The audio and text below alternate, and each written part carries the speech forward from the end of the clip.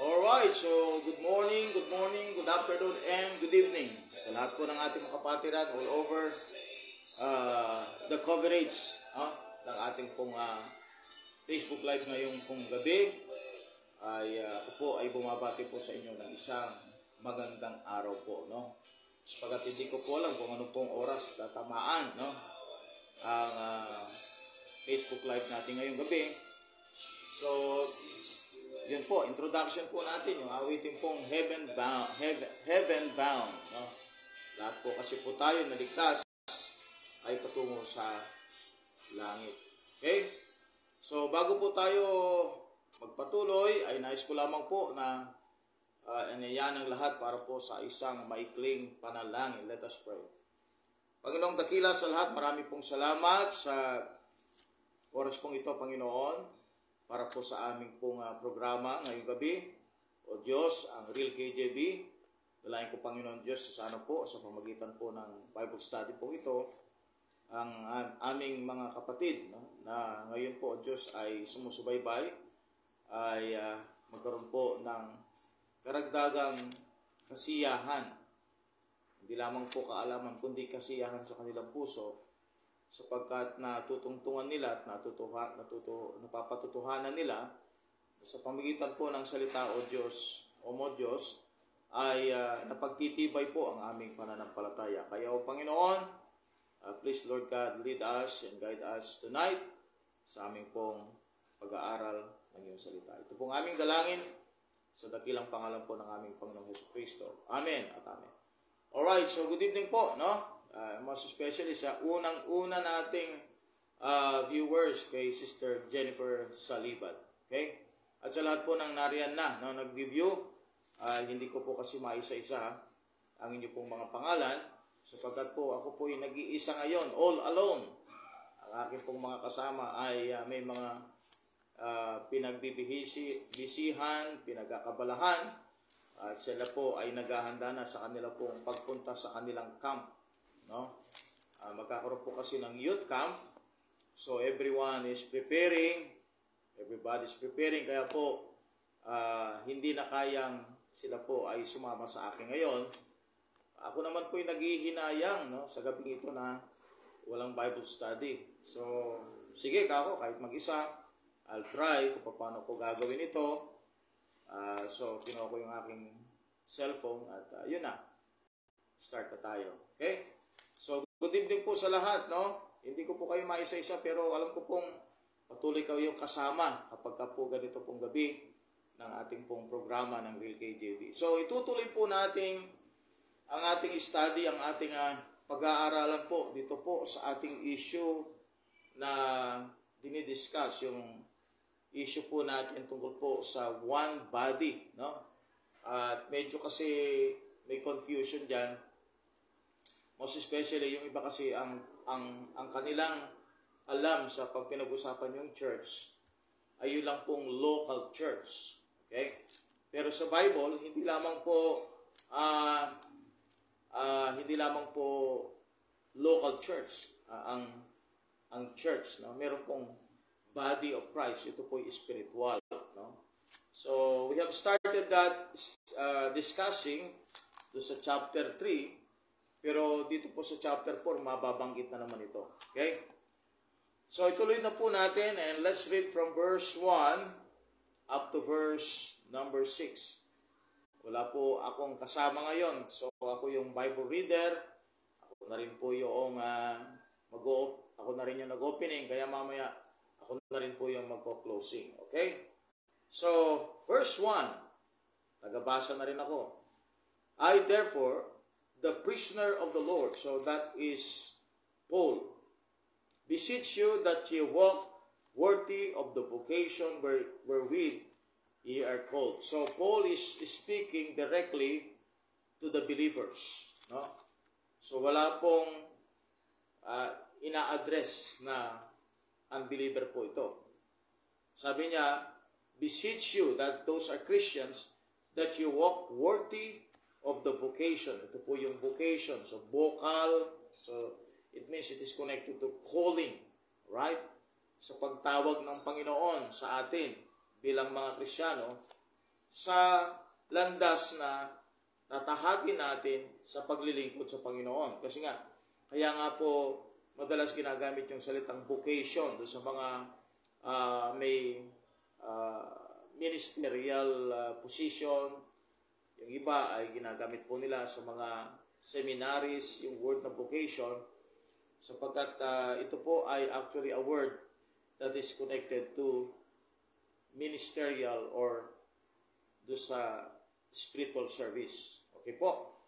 So, I therefore, the prisoner of the Lord, beseech you that you walk worthy of the vocation wherewith ye are called. No? So, lahat ng mga saved, lahat ng mga believers, they are called. No? Hindi lamang po ang mga pastor ang tinawag, kundi lahat po tayo tinawag ng Diyos. Pag ikaw ay ligtas, ay automatic po, ay tinawag ka para sa gawain ng ating Panginoon. So we're studying the book of Ephesians chapter 4 tonight. Tingnan po natin sa Romans chapter 1. Romans chapter 1, no? In connection to our first verse in chapter 4 of Ephesians. Okay? Ang sabi po niya ganito, right? Romans chapter 1, verse number 1. Okay? Verse number 7, diretso na tayo sa verse 7.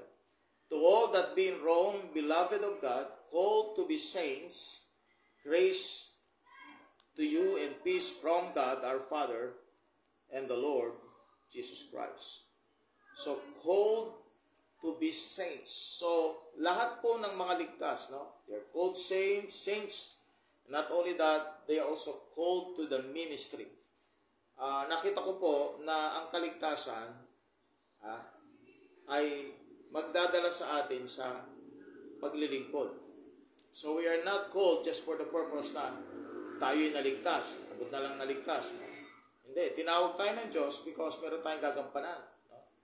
At yun ay makita natin sa Ephesians chapter 2 na actually, topic na natin ito. Sa Ephesians chapter 2 verse 10, for we are His workmanship, created in Christ Jesus unto good works, which God hath before ordained that we should walk in them.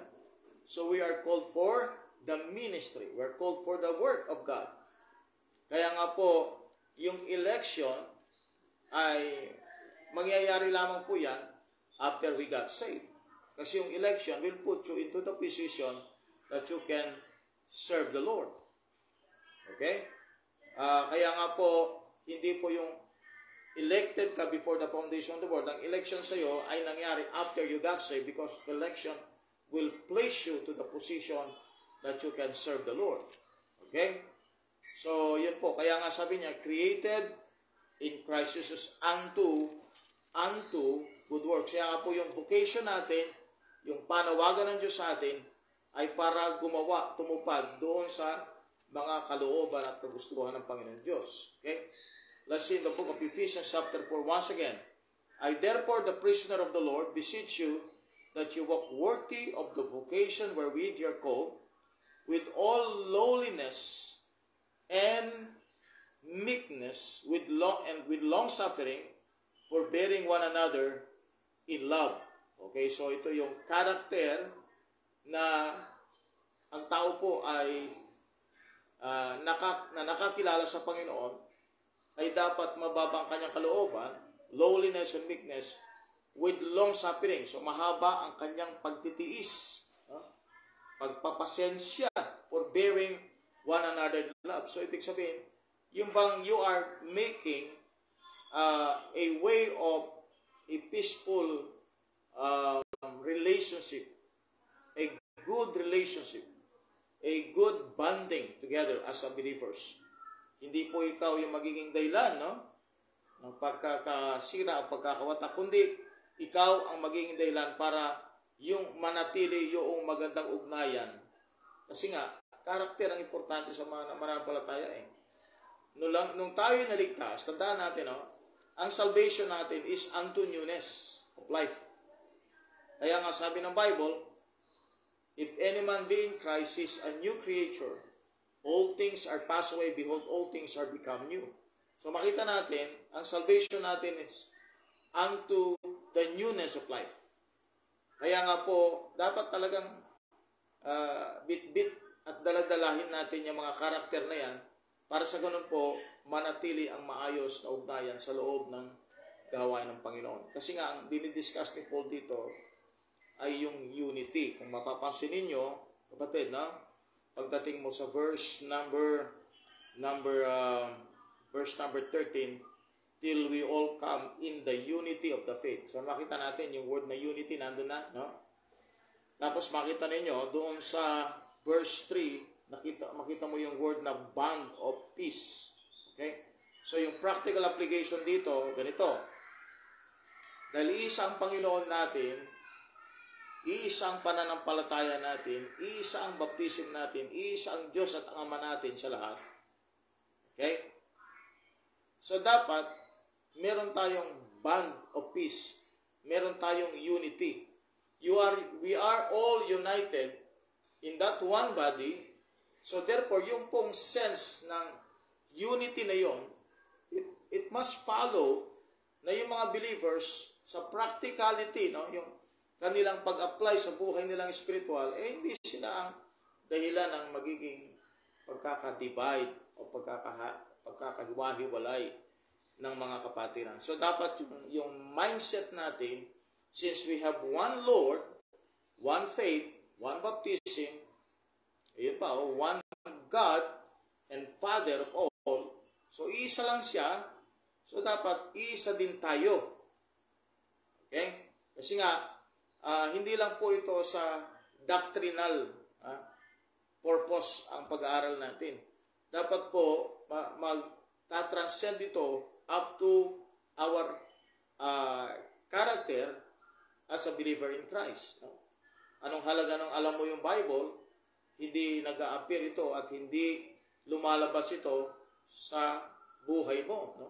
Kaya nga sabi niya, kung tayo tinawag ng Diyos, okay, dapat meron tayong lowliness, meekness, with long suffering, forbearing one another in love. So what is the purpose of that? Unity. Unity. Okay? Kaya nga sabi sa verse number 13, till we all come in the unity of the faith. Okay? In the unity of the faith. Because you cannot work well inside the ministry, inside the church, if there is division, there is partiality, there is partisan, there is separation. You cannot work well. There must be in that sense of unity. Saan nanggagaling yung unity na yon? Galing sa iisang katawan tayo. Okay? So, pupunta tayo mamaya sa doctrinal. Gusto ko munang wag nating bitawan yung sinabi ng Bible dito. Na dapat po, we are what? We have to keep the unity according to verse 3 of the Spirit in the band of peace. So, nakita po ninyo, no? So, bago siya pumupunta sa doctrinal, tumutok muna siya doon sa practical. No?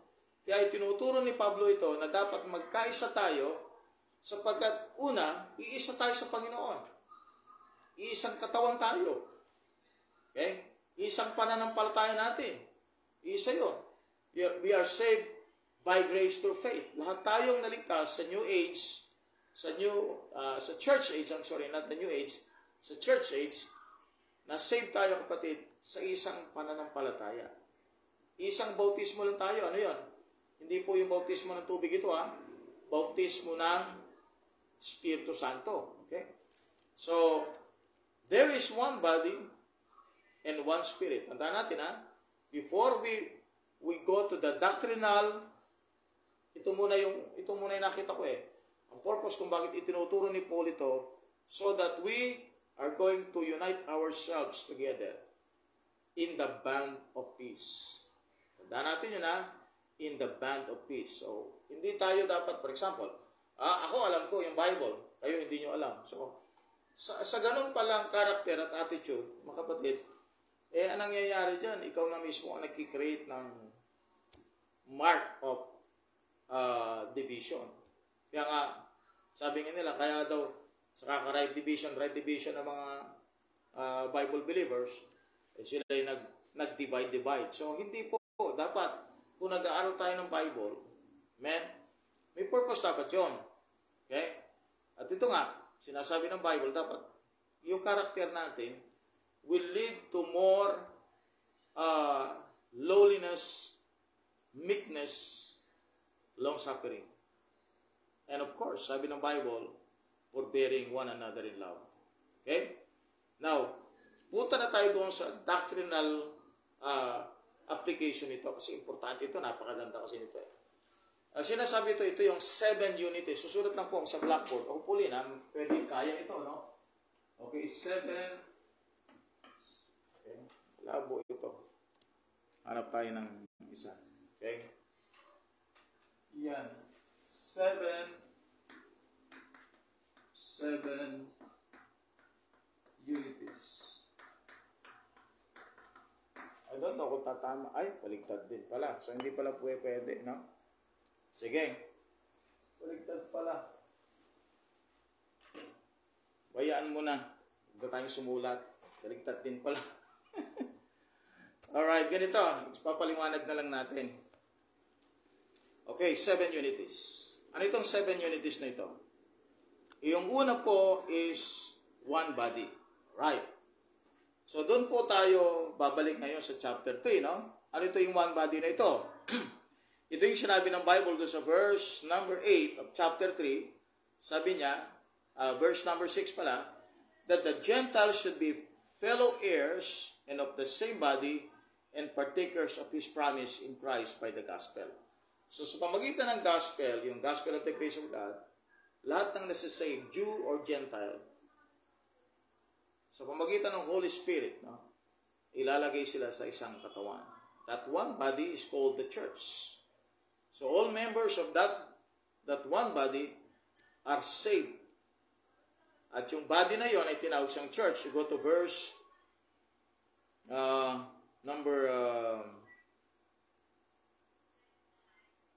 verse number 21, 3:21. Unto Him be glory in the church by Christ Jesus throughout all ages, world without end. Amen.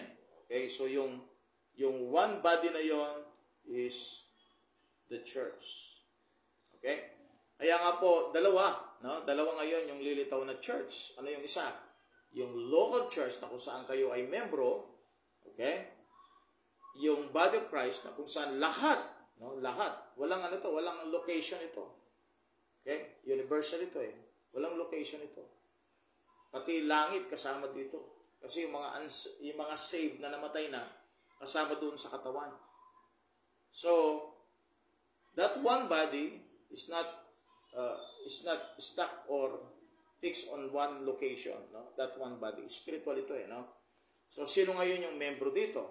Ang head dito si Kristo, but the members are saved Jews and saved Gentiles. Right? At ito po yung ginawa ng Holy Spirit. You go to 1 Corinthians 12:13. 1 Corinthians 12 verse number 13. Alright. For by one Spirit are we all baptized into one body. So makita natin yung baptism na yon is not water. No? Kaya nga, binabagit po sa Ephesians 4, yung one baptism. Yung one body, that's the church, or the body of Christ, that one Spirit, that baptize a believer in Christ, yun yung one baptism. Kaya nga, one Spirit, that's the Holy Spirit, one body, that's the body of Christ, and one baptism, that is not water baptism, that is spiritual baptism. Yun ang nangyari sa ating ngayong tayo ligtas. Mga ligtas, kayo po ay nabaptize ng Holy Spirit. Hindi po nangyayari po yon ng panahon ng lumang tipan. In the Old Testament, wala pong baptism of the Holy Spirit, mga kapatid. It is a New Testament program of God. Kaya nga po ito yung sinasabi nating dispensation. No? I-dispense po itong revelation na ito sa panahon natin ngayon. Okay? At hindi po i-dispense ito sa panahon ng lumang tipan ng the Old Testament. Okay? So kaya nga po, parang ganito yan eh, parang lahat ng sinabi ng chapter 4 ng Ephesians, ito lahat ay nangyayari lang sa panahon ng church age. Ano ito? Na ang lahat ng mga Kristiyano ay naging isa sa Espiritu Santo, naging isa sa isang katawan, naging isa sa pamagitan ng isang pag-asa, yung one hope. Yung one hope na yon, yung nag-iisang hope na yon, it's not just the hope na kung saan po ay may pag-asa ka sa buhay na ikaw ay umunlad sa buhay, maging successful. That's one hope is actually mentioned in the book of Romans chapter 8. That one hope is the coming of the Lord Jesus Christ in the rapture. Yun po yung sa Titus 2:13. So we have the one hope. What is that? The blessed hope. Yun ang rapture. One Lord. Of course, ang Lord na binabanggit po dito, ay walang iba kundi yung isa lang naman yung Lord, di ba? Okay? Kung sinabi natin Lord, sino yun? Yung God. Kaya nga lahat ng member ng Trinity ay ang kanilang pangalan ay Lord. Diba? The Holy Spirit is called Lord. Jesus Christ is called Lord. God the Father is called Lord. No? One Lord. Yung one Lord na yun, that is God. Kaya nga, one God, one Lord, okay? One faith. Ano yung faith na ito? Since we are discussing on the church age only, we're not talking about the Old Testament, we're not talking about the tribulation, we're not talking about the millennium, we're talking about the church age. So this one faith is the faith of Jesus Christ. Yun ang sabi ng Galatians 2:16, di ba? Tingnan natin po sa Bible natin. Galatians chapter 2 verse number 16. Okay, Galatians 2 verse number 16. Alright. Pag sinabi sa Habakkuk ito, kakaiba. Kasi nga yung the just shall live by his faith. But in Galatians, nakalagay po dito, chapter 2 verse 16, knowing that a man is not justified by the works of the law, but by the faith of Jesus Christ. Even we have believed in Jesus Christ, that we might be justified by the faith of Christ, not by the works of the law, for by the works of the law shall no flesh be justified. So it is the faith of Christ that save you. Amen? Kaya nga sabi niya sa Ephesians 2:8, for by grace are you saved through faith. And what kind of faith is that? It is the faith of Christ. Faith of Christ. it is imputed to us. That faith was imputed to us. Just like yung righteousness ng Diyos imputed to us, that faith is also imputed to us. Kaya nga po, sabi niya sa Romans 3:22, basahin natin sa Romans 3:22, no? Romans 3 verse number 22. Yan. Okay. Ayan, basa-basa. Romans 3:22. Even the righteousness of God, which is by faith of Jesus Christ, unto all and upon all them that believe, for there is no difference. So, if you believe if you believe Jesus Christ, then the faith of Christ will be given to you as well as the righteousness of God. Okay, kaya nga po hindi nawawala ang kaligtasan natin kasi ang faith na nag-save sa atin ay hindi yung ating faith kasi we can be unfaithful someday as a Christian. Right? It is the faith of Christ. So what saved us? We believe on the finished work of Christ, and then the faith of Christ was given to us. Kaya nga po, sabi niya sa Ephesians 2 verse 8 and 9, for by grace are you saved through faith, and that not of yourselves, it is the gift of God, not of works, lest any man should boast. So we have one faith, that is the faith of Christ, that saves us, one Lord, and that is the God that we serve, the God that we worship. At yun ay binanggit sa 1 John 5:7, for there are three that bear record in heaven, the Father, the Word, and the Holy Ghost, and these three are one, that one Lord is God the Father, God the Son, and God the Holy Spirit. One God, of course, that is binanggit na dito, one God and Father of all. Alright? So, isang Diyos, at yung Diyos naman na yon, ang sabi niya ay Ama ng lahat. Okay? One God and Father of all. Ama ng lahat. Okay? So, God is the Father of all. Now, so we have the 7 unities now. Ano yon? One Spirit. One Lord. One body. Ano yung body na yon? That's the body of Christ. One baptism. Ano pa? One hope. Ano yon? That's the blessed hope. One God. Alright, so we have 7 of that. Tingnan natin.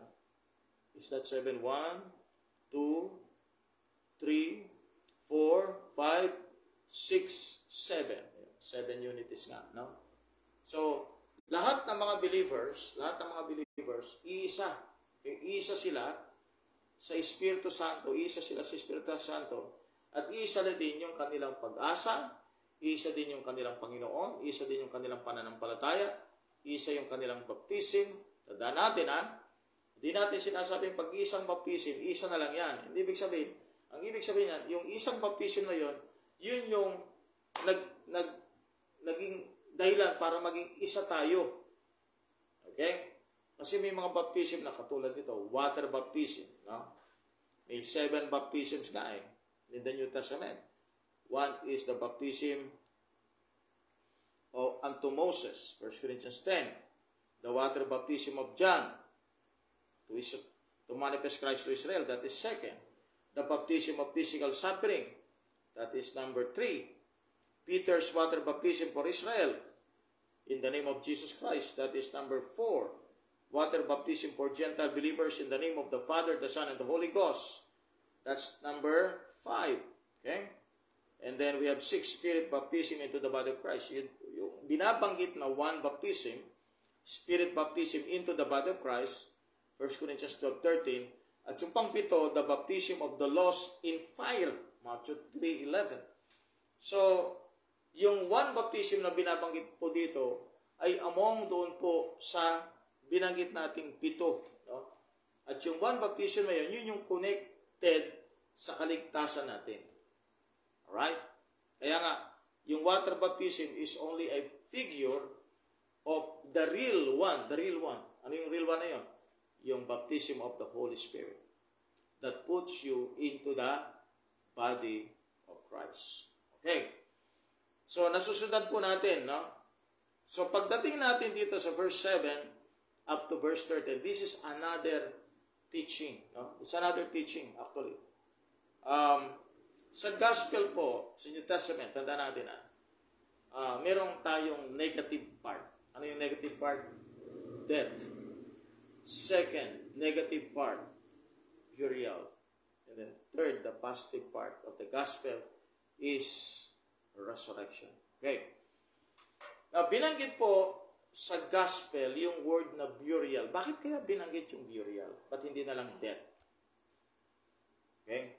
Alam niyo kung bakit? Because sa burial, nandun po yung, kasama po doon, yung pagkuha ng Old Testament saints, right? Doon sa heart of the earth, kung saan po nandun sila sa loob. Kasi ang Abraham's bosom o yung paradise sa panahon ng Lumang Tipan ay nasa heart of the earth. Binabanggit po yan sa Matthew chapter 12, okay, verse 42, binabanggit po yan. Kaya nga sabi niya sa Matthew 12:40, no? That after Christ's death, his body was placed in a tomb for 3 days and 3 nights. But his soul made a deeper subterranean trip to hell. Acts 2:27, after dumping our sins there, he preached condemnation to the lost souls in hell. 1 Peter chapter 3 verse 19, he then took the key to hell. Kaya nga po yung key na kay Kristo na, Revelation 1:18, open its gates, right? According to Jonah 2 verse 2, yung hell merong gates, went out, locking the gates behind him. Matthew 16:18. He then crossed the great gulf and entered Abraham's bosom. There he preached deliverance to the Old Testament saints in paradise. 1 Peter 4:6. He then took the key of death, opened the door to Abraham's bosom, and transferred all the inhabitants of paradise to heaven. Yun po yung Old Testament saints. Alright? Okay. Hanging the keys of hell and death on his girdle, Revelation 1:18. Today, Abraham's bosom sits empty. Yung pong lugar ng Old Testament saints sa Lumang Tipan, okay? Empty na po yun, no? When Christ arose, some of the Old Testament saints came up with him to show that they were no longer down below. So, naidala na sila sa taas. And when Christ ascended to the Father, after seeing Mary Magdalene, he carried all the souls of the Old Testament saints with him. So, ang ibig sabihin po nito, yung burial sa gospel, di ba? Death, burial, resurrection. Yung burial po, nasa gitna yun eh. Okay? Yung kamatayan niya, di ba, nangyari. So, nung siya po'y namatay ang Panginoon, okay, pumunta siya doon sa pinakabababa ng lupang ito. Kaya sabi niya sa verse, you go to verse 7, but unto every one of us, given grace according to the measure of the gift of Christ. Okay? Wherefore he saith, when he ascended up on high, he led captivity captive and gave gifts unto men. Yung captivity captive na yan, those are Old Testament saints. Verse 9, now that he ascended, umakyat po siya, no? What is it? But he also descended first into the lower parts of the earth. So he went to hell actually, according to Acts chapter 2 verse 27. Yun, anong ginawa niya doon? According to the Bible, he preached to those people in hell, and then he took the people in the Old Testament na napunta sa paradise, kasi walang umakyat sa third heaven, so din sila dumediretso. Kasama po yung taong napako sa krus, di ba? Sabi ng Panginoon, today thou shalt be with me in paradise. So nasan siya noon? Nang namatay siya, kasama siyang pumunta doon, and after that, he took him, alright, together with the Old Testament saints.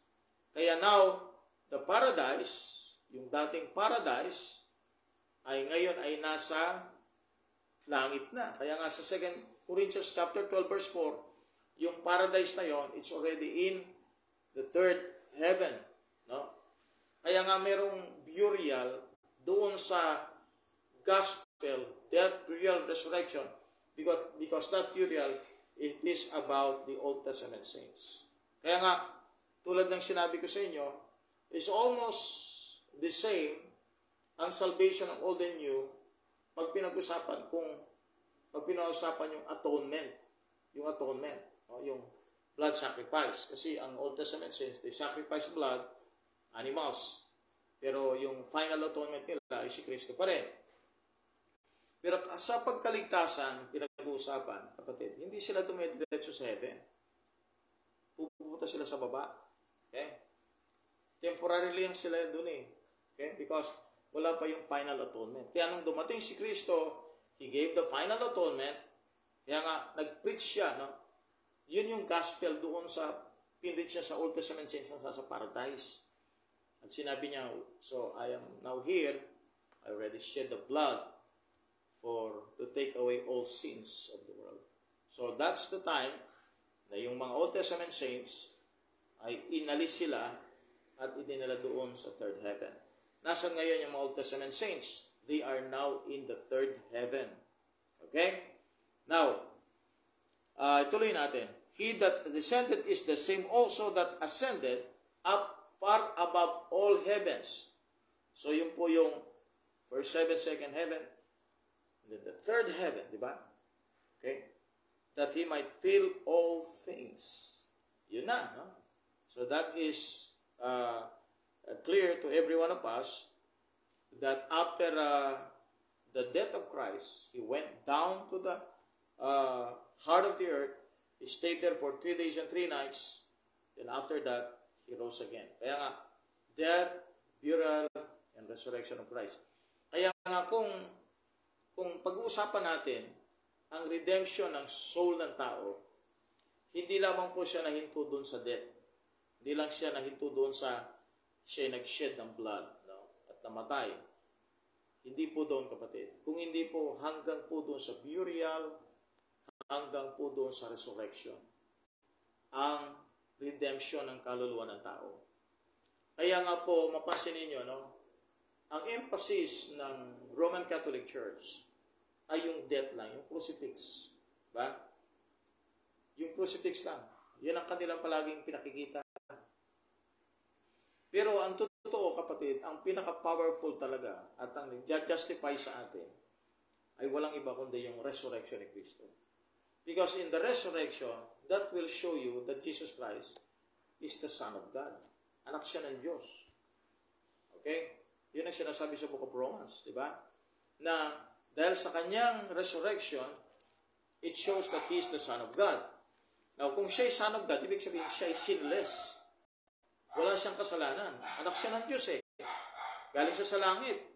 So, yung resurrection will tell you the proof of what? His sinlessness, His being the Son of God, and His being virgin born. Okay? Virgin born. So, yung resurrection, ang talagang nagbigay, kapatid, ng parang completeness ng lahat. Okay? Completeness ng lahat. Alright, tingnan niyo po sa Romans 1 verse 4. And declared to be the Son of God with power according to the Spirit of holiness by the resurrection from the dead. You see that? Jesus Christ cannot be holy kung hindi po siya nag-resurrect. So, ibig sabihin yung redemption natin, hindi rin po effective or powerful. At hindi tayo talaga saved kung hindi nag-resurrect ang Panginoon. So kaya nga po when we preach the gospel, we're not just emphasizing His death, we're also emphasizing His burial. Okay? Alright, isipin mo yon. Yung kasalanan mo, hindi mo na pagbabayaran. Bakit? May nagbayad na para sa iyo eh. Somebody went to hell for you. And that is the Lord Jesus Christ. So He rose again for you also. Sapagkat kundi siya nabuhay na maguli, then what is our assurance? Ang daming founder ng mga relihiyon. Ang gagaling nila, no? Ang dami nilang mga membro. Pero anong meron sa mga relihiyon na yon? Walang power. Bakit? Sapagkat yung kanilang leader, teacher, yung kanilang sugo, yung kanilang avatar ay walang nagawa pag pinag-usapan ng kamatayan. Hindi niya kayang buhayin ang kanyang sarili. Samantalang ang Panginoon, binuhay po niya ang kanyang sarili. Alright? Okay. So, basahin po natin sa verse 11 now. Ngayon, titignan natin ngayon Okay? Kung bakit pumasok ngayon yung verse 11. Okay, so makita natin yung sequence. No? Una, pinag-usapan yung calling natin. Right? Yung vocation natin, yung paglilingkod natin sa Diyos. Sumunod, yung character natin habang tayo naglilingkod sa Panginoon. Ano yun? With what? With lowliness, meekness, long-suffering, forbearing one another in love. So, bakit? No? Bakit tayo dapat maging ganun? Bakit dapat magpakumbaba tayo? Sapagat isa lang kasi ang Espiritong nagligtas sa atin. Isa lang kasi yung pag-asa natin, yung one hope natin, and that is the rapture. Lahat po tayong believers. Isa ang pag-asa natin. So, nagkaisa tayo doon. Isa tayo sa isang katawan. Isang Panginoon natin. Isang pananampalataya natin, nagligtas sa atin. Isa ang baptism natin. So, dapat, hindi tayo watak-watak. Dapat iisa tayo. Okay. Now, itong ecumenical movement ay kakaiba po sa pinag-uusapan nating unity. Ang ecumenical movement kasi lahat ng religion magsasama-sama para sa ganon, isa lang kasi ang Diyos na sinasamba, dapat iisa. Hindi mga kapatid, no? Ang pagiging isa natin ay doon sa katuwiran, sa katotohanan. Hindi po yung alisin na natin doctrine. Hindi. The doctrine actually will unite us. It is the doctrine that will unite us. It is not the doctrine that will divide us. Actually, it is the doctrine that really strengthens us. Tingnan niyo po, no? Kayong nanonood sa Real KJB, matagal na kayo nanonood. Hindi niyo man ako nakikita, personal. Hindi niyo man nakakausap yung iba na nanonood din dito sa Real KJB. Pero, di ba napapansin niyo na isang espiritu natin? Saan tayo pinag-isa? Pinag-isa tayo sa doktrina. Hindi tayo pinagkaisa dahil sa nagpe-fellowship tayo, kumakain tayo palagi ng pandesal, nagkakapit tayo, naglolomi tayo gabi-gabi. At naging barkada na tayo. Hindi po tayo pinagkaisa ng gano'n. Actually, humahiwalay tayo eh. Pero bakit parang iisa ang puso natin? Alam niyo bakit? Because of the doctrine.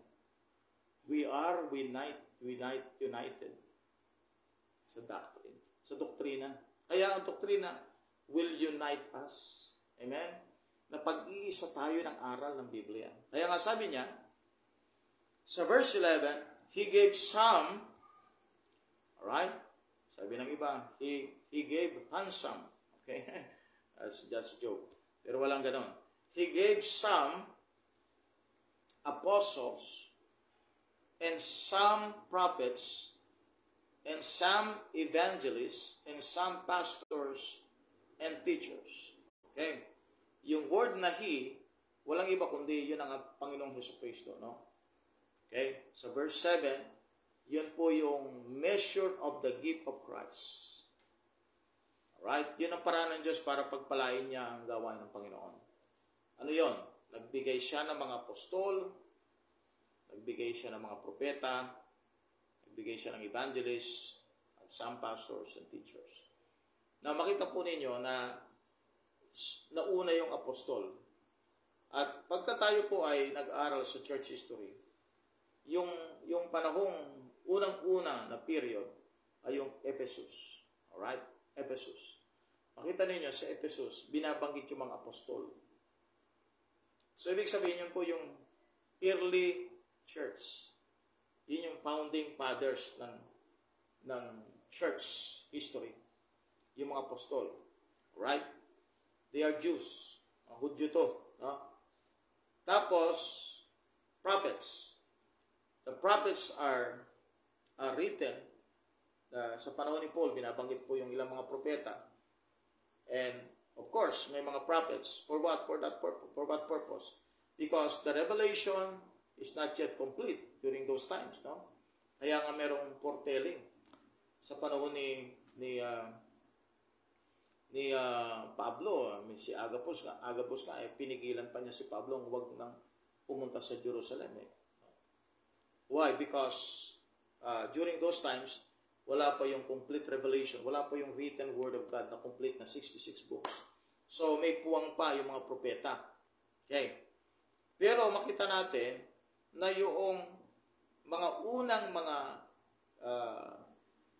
nag-minister, ang pinaka-last na binanggit po dito yung word na evangelist. At yun din yung last word na binanggit sa 2 Timothy chapter 4 na ministry na sinabi kay Timothy, sabi niya, do the work of an evangelist. So ibig sabihin, kung mawala man yung mga apostles, because yung apostol wala na eh. Ang purpose kasi ng mga apostol, mga signs. Okay? Para sa mga Hudyo, yung mga signs, miracles. Kung yung mga apostol wala na, okay? At wala na yung mga prophets, yun ang sinasabi sa 1 Corinthians chapter 13, kung babasahin natin, nag-cease na yung ministry nila. You go to 1 Corinthians chapter 13. Nag-cease yung ministry nila eh. Tingnan niyo verse number 8. Charity never faileth, but whether there be prophecies, they shall fail. Whether there be tongues, they shall cease. Whether there be knowledge, it shall what? Vanish away. So nag-cease yung ministry ng mga prophets at apostol.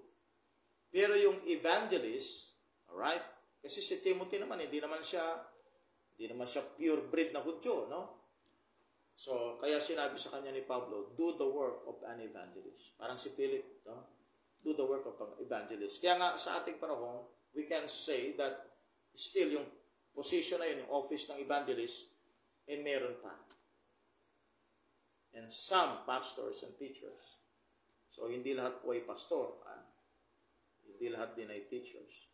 Pero makita ninyo dito, na hindi ginamitan ng comma yung pastors and teachers. Para iisa lang siya na posisyon. Because isa sa quality na dapat meron ay yung aptitude ng pagtuturo ng isang pastor. Ayon sa 1 Timothy chapter 3, binanggit po yung word na up to teach. Right? Okay, verse 2. 1 Timothy 3:2. A bishop then must be blameless, the husband of one wife, vigilant, sober, of good behavior, given to hospitality, up to teach. Nakita niyo yung word na up to teach, mga kapatid. So, ang posisyon ng pastor ay teacher din. Kaya nga, yung bishop, yung pastor, ay dapat po may kakayanang magturo. Kasi because you are going to teach. Actually, kung makita nyo sa Bible, na number one na posisyon o ministry natin bilang mga pastor ay Word of God. Na Word of God. Salita ng Panginoon Diyos. It is the Word of God. Kaya nga sabi niya sa 1 Timothy 5:17, kung babasahin po natin sa 1 Timothy 5:17, sabi niya ganito, let the elders that rule well be counted worthy of double honor, especially they who labor in the word, that is God's word. And what? Doctrine. O doktrina. No? Ano yung doktrina? Yun ang pagtuturo. Kaya nga importante sa pastor ang talagang nag-aaral. Kaya nga sabi ng Bible, study to show thyself approved unto God. Why? Because ang kanyang magiging trabaho, work sa body of Christ is to teach. To teach. Alright? Now, we can expound that. Kaya lang, siyempre, nalilimit kasi yung panahon natin. So, punta tayo sa verse 12. For the perfecting of the saints, for the work of the ministry, for the edifying of the body of Christ. So, yung word na perfecting, it could be to maturity, perfection to maturity.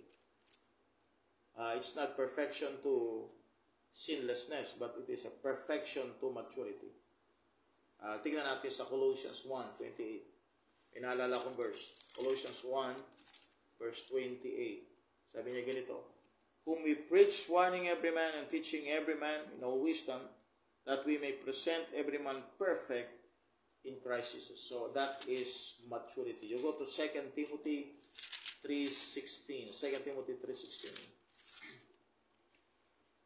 Look at this one. All scripture is given by inspiration of God. It is profitable for doctrine, for reproof, for correction, for instruction in righteousness, that the man of God may be perfect, truly furnished unto all what? Good works. Perfect. So kung makita niyo yung emphasis sa ministry, kung saan nakapokus talaga ay hindi po talaga sa mga bagay na material, no? Yung construction, yung development, pagpapaganda, o pagbili ng mga ari-arian. Hindi po yun yung concentration, nako-concentrate, no? Ang trabaho. Because sabi niya, for the perfecting of the saints.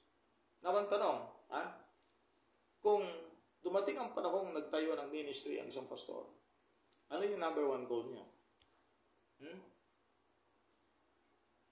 Tignan niyo ang kanyang financial status. Tignan niyo kung gaano kalawak ang nabili niyang property. Gaano kalaki yung building na itayo. Hindi.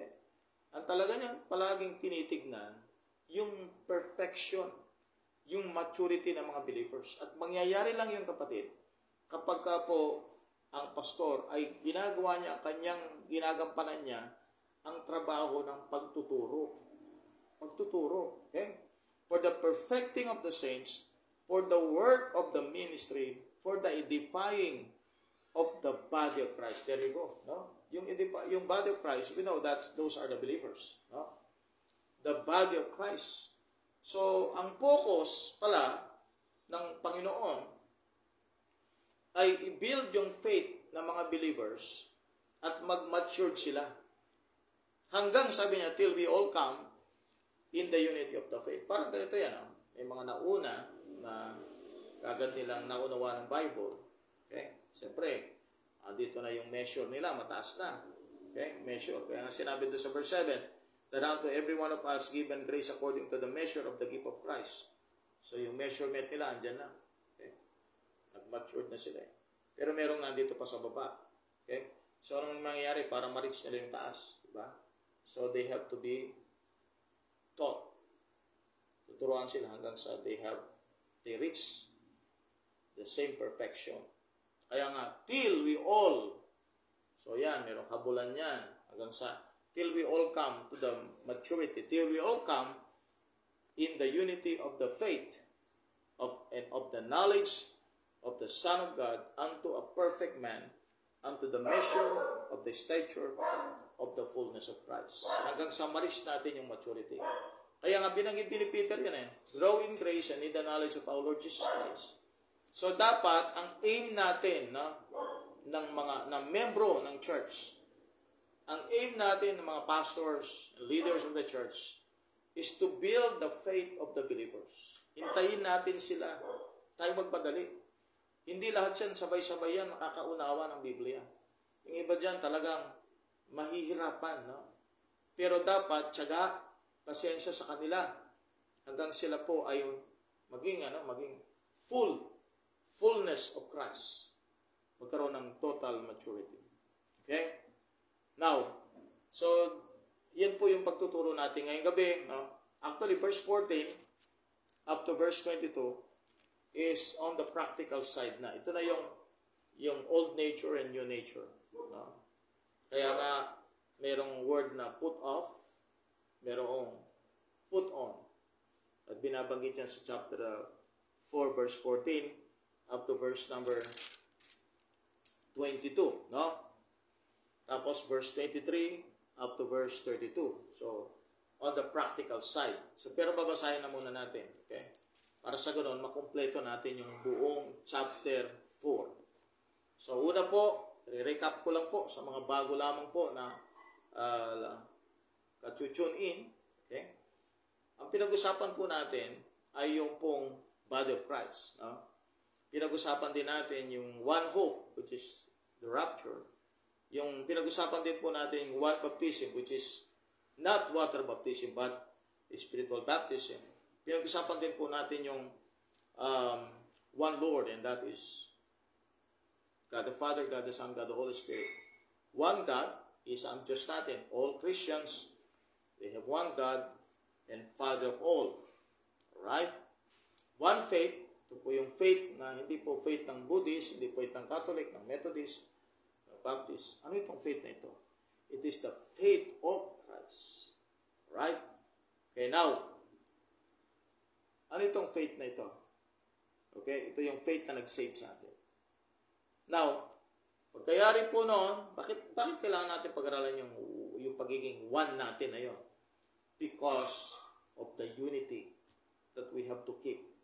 We have to keep inside the church so that we can work well. Alright?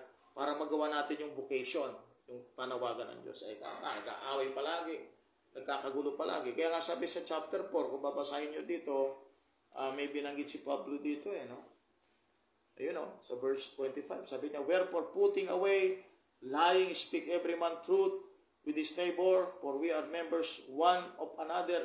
Be angry and sin not, let not the sun go down upon your wrath, and neither give place to the devil. Lahat yan binanggit ni Paul because gusto niya na maging iisa ang mga Kristiyano. Magkaisa sila para yung ministry na panawagan nilang Diyos sa kanila ay kanilang magampanan. Oo nga naman, di ba? Kung palagi sila nagbabangayan, nag-aaway, no? Okay, kayo na lang, ikaw na lang. Special number lang, nagtuturuan pa, nagkakahirapan pa. Ano mangyayari, di ba? Walang pagkakaisa ang mga miyembro. Tatakbo ba ng maayos ang ministry? Wala. Kahit pa punong-puno sila ng doktrina, punong-puno pa sila ng aral ng Bible, at hindi nila kayang pigilan ang gawa ng laman, at hindi nila kayang ilabas yung bagong kalikasan, yung new nature, then nothing will happen. Nothing will happen. Alright? Nothing will happen. So we must be clothed with right character. Palagi nating sinasabihan. Alam niyo po, ang doctrine ay hindi lamang po sa teaching. Ang doctrine, basahin niyo sa Bible, sa Book of Titus, pag pumunta tayo sa Book of Titus, makita niyo, ang doctrine is not only truth. It is also life. It is also life. Kaya nga ang Bible, life and truth. May truth ka, pero dapat may life ka. May pamumuhay mo yung aral mo. Okay? Now, so verse 14, that we henceforth be no more children. Ito na, no? Tossed to and fro and carried about with every wind of doctrine by the sleight of pen and cunning craftiness, whereby they lie in the way to deceive. Tandaan ninyo, maraming deceiver sa panahong ito. At ang hinihintay nila, yung mga children. Ano yung mga children? Yung mga hindi natuto sa Bible. We have to learn the Bible, my friend. Sapagkat po, kapag hindi tayo natuto, we're going to be tossed to and fro and carried about with every wind of doctrine. Hindi natin alam kung saan ba tayo, ano ba tayo. Ganun, dito tayo, mas marami dito. Dito tayo, mas masaya tayo. Hindi ganoon, kapatid. Whether ilan lang kayo, masaya o hindi, sa iyo, mga kapatid, hindi ka bumabase sa circumstansya. Bumabase ka doon sa tamang pagtuturo. Kaya nga, kapag alam mo yung doctrine, you cannot be swayed by different teaching. Kaya nga po, ang purpose ko dito, gusto ko talaga ma-establish kayo sa aral para sa gano'n, meron mang darating na mga doktrina. And I tell you, yun yung mga doktrinang lumalabas ngayon. Meron pa mga darating. May mga new doctrines na papasok. Pero kung kayo establish sa doctrine, kapatid, gaano man karami ang lalabas sa doktrina, you cannot be swayed by sleight of man, cunning craftiness, whereby they lie in way to deceive. Verse 15, speaking the truth in love. There you go. There you go. Amen. You're not going to teach the Bible just to pin down others. Hindi, mga kapatid, actually. Help them. Kung ayaw nila, then leave them alone. Kung ayaw nila tanggapin yung aral, then leave them alone. Sa kanila na yun Pero, as we, teachers of God's words, then, sabi ng Bible, but speaking the truth in love, may grow up into Him in all things, which is the head, even Christ. So, binanggit yung head, kasi nga, we are in the body. For whom the whole body fitly joined together, ito na yung spiritual, body, and compacted by the which every joint supplieth, according to the effectual working in the measure of every part, make it increase of the body unto the edifying of itself in love. No? Parang ganito yan, nakabakod tayo sa pag-ibig ng Diyos, sinasakop tayo ng pag-ibig ng Diyos, we are being fed by the truth, Then habang pinapakain tayo, we are compassed with the love of Christ. Then we grow like an organism. It grows and it grows and it grows. Lumalaki ng lumalaki siya. That's the body of Christ. Kaya nga ang body of Christ hindi siya organization. Siya isang organism. Organism. Body nga. Body. It's a physical. We can see it physically. Pero ngayon, we cannot see it because spiritually. But someday, it will become a glorious church. Lahat ng saved will have their body for heaven. And sama-sama po tayo sa kasalan balang araw. It will be a glory. We are going to be part of the glorious church. Alright. Verse 17, This I say therefore, and testify in the Lord, that ye henceforth walk not as other Gentiles walk, in the vanity of their mind, having the understanding darkened, being alienated from the life of God through the ignorance that is in them, because of the blindness of their heart. So he is now talking about the Gentiles, non-saved. Okay? Having the understanding darkened, hindi nila maunawaan, because pagan nga sila eh. Being alienated from the life of God, unsaved sila, di ba? Ang spiritual life nila, dead. Okay? Spirit nila is dead. Through the ignorance that is in them. Bakit sila ignorant? Because they don't have the wisdom of God. Because of the blindness of their heart. Yan ay makita natin sa Romans chapter 1. No? Rejection is the reason why people are kept in darkness. Rejection. Kapag yung light ay nireject mo, just like in John 3:19, nireject nila yung word of God sapagkat yung works nila evil, nireject nila yung light. So nanatili siya sa darkness. So what happened to those people who are dark, in darkness? They are blind. They are blind. They cannot see. There is no sense of seeing spiritual things. They cannot understand what we're talking about. Kaya sa kanila, funny things ito eh. Sa kanila, nakakatawa ito. Sa kanila, corny ito. Pag kumanta ka ng patungkol sa Panginoon Diyos, natatawa sila. Sasabihin nila, ito na yung mga banal na aso. You know why? Because they don't understand it. Right? Ganon din naman tayo actually, kung hindi tayo naligtas. But with the help of God's Word and the grace of God, kapatid, nandito na tayo ngayon. Feasting God's Word. Talagang, kumakain tayo ng, kumbaga sa para bang ilalagay mo, imagine mo, parang tayo, nasa buffet tayo, buffet. Andiyan lahat ang mga pagkain masasarap. At one to sawa ang pagkain natin. Na-enjoy natin. We can taste the goodness of the Lord. Paano nangyari yun? Kasi nga, we open our hearts, we open our mind, and we allow the Word of God come inside our lives. Kaya nangyari, yung sense natin, yung spiritual sense, nagkaroon tayo ng senses. Yun ang sabi ng Bible sa Hebrews 5, di ba? Discern that you're skillful ka, tapos you can discern. You have the sense to discern good and evil. You have discernment. Kaya you can taste, you can hear the Word of God, you can enjoy the Word of God. Why? Because you have that sense in your life. You have developed that skill. Alright?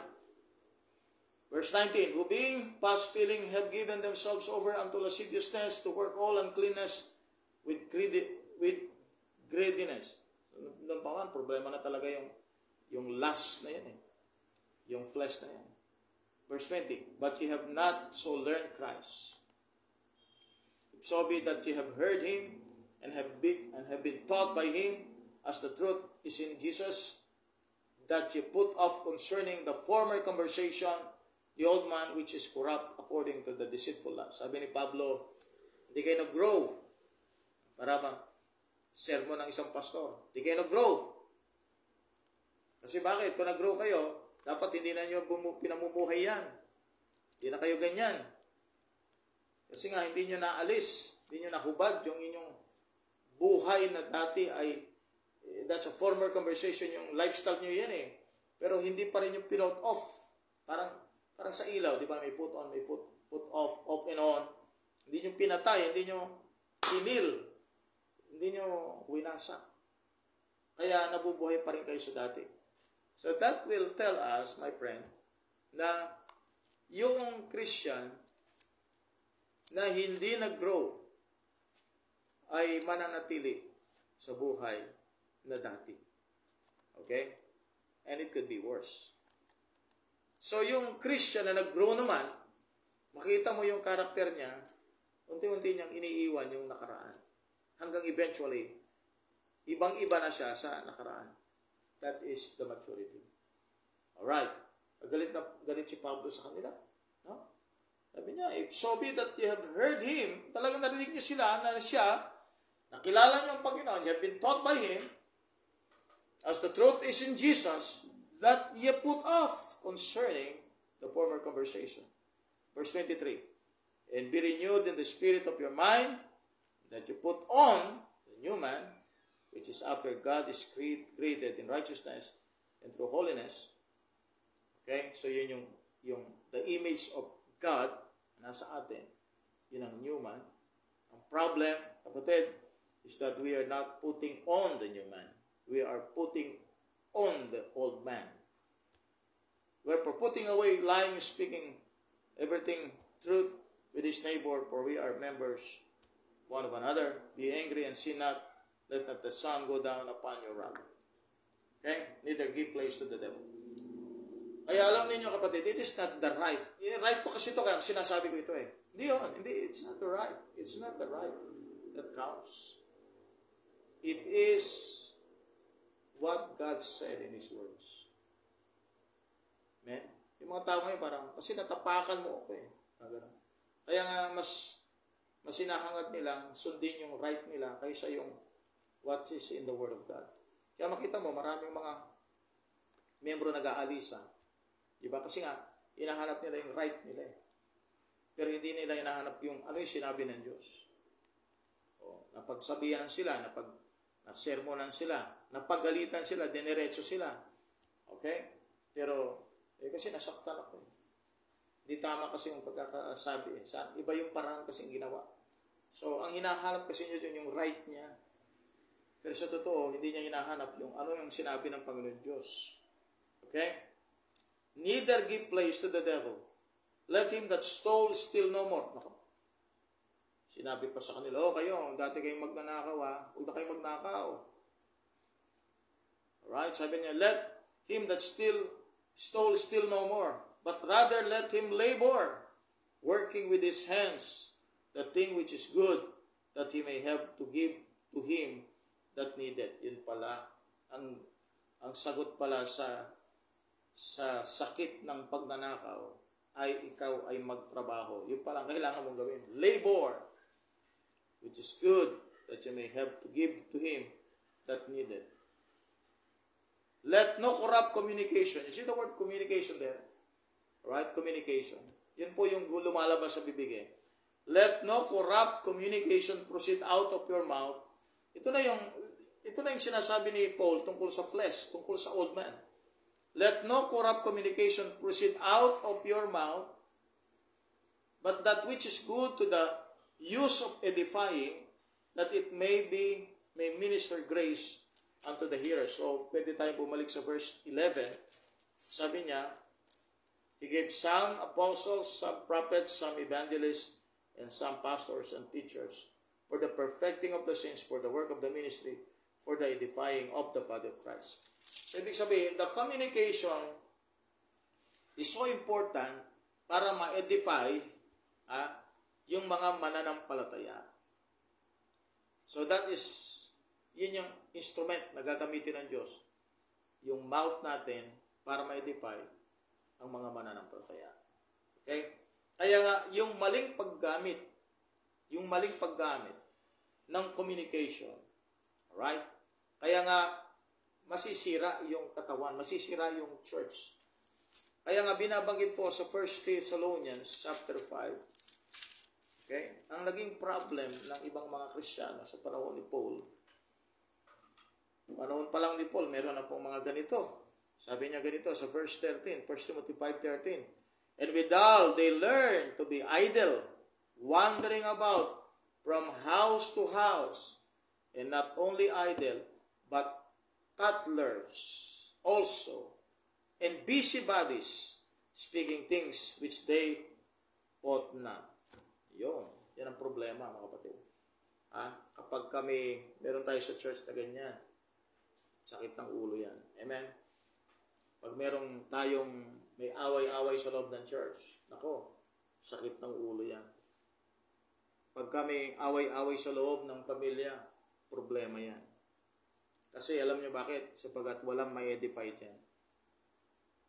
Kahit na ano pang gawin ninyo, sabihin ninyo, nasaktan ako kasi, iba kasi pagkakasabi mo, inulit mo na eh.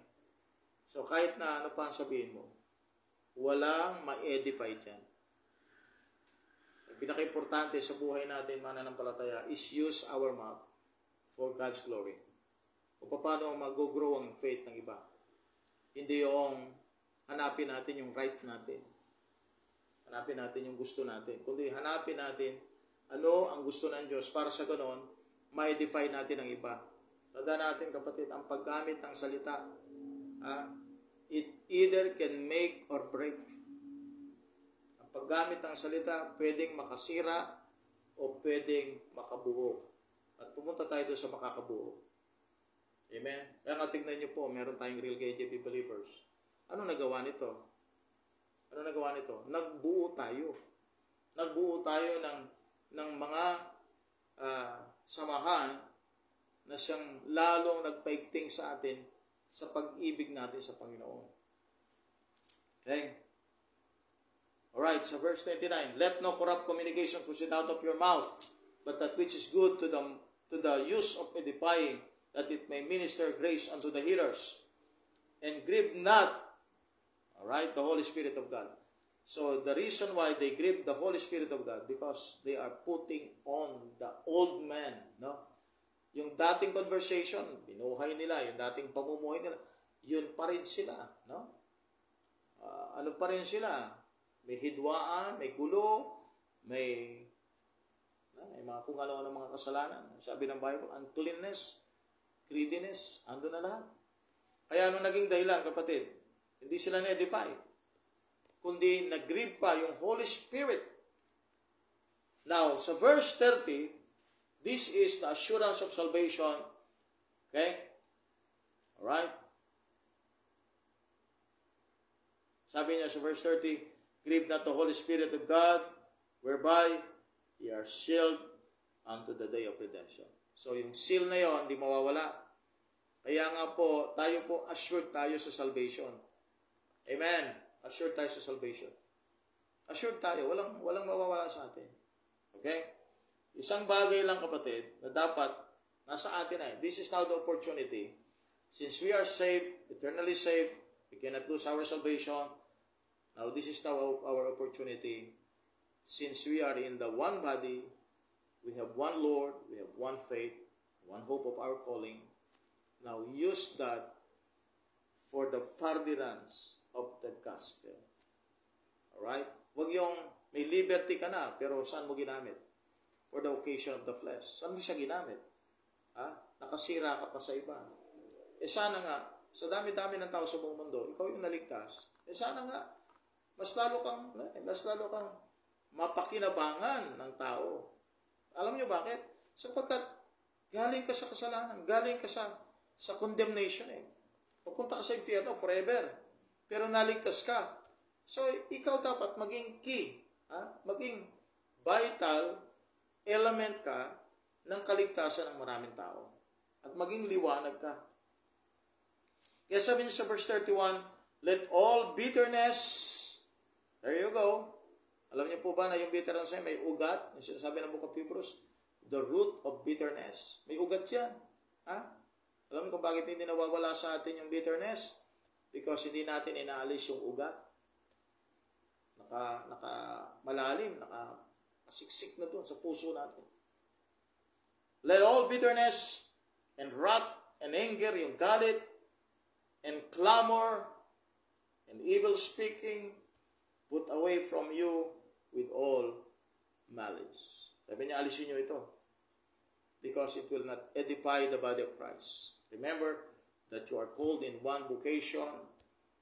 You're going to walk worthy of the vocation you are called. Now therefore, kung meron mang bitterness, wrath, anger, and clamor, and evil speaking, Put away from you with all malice. Alisin mo ito. Alisin mo ito.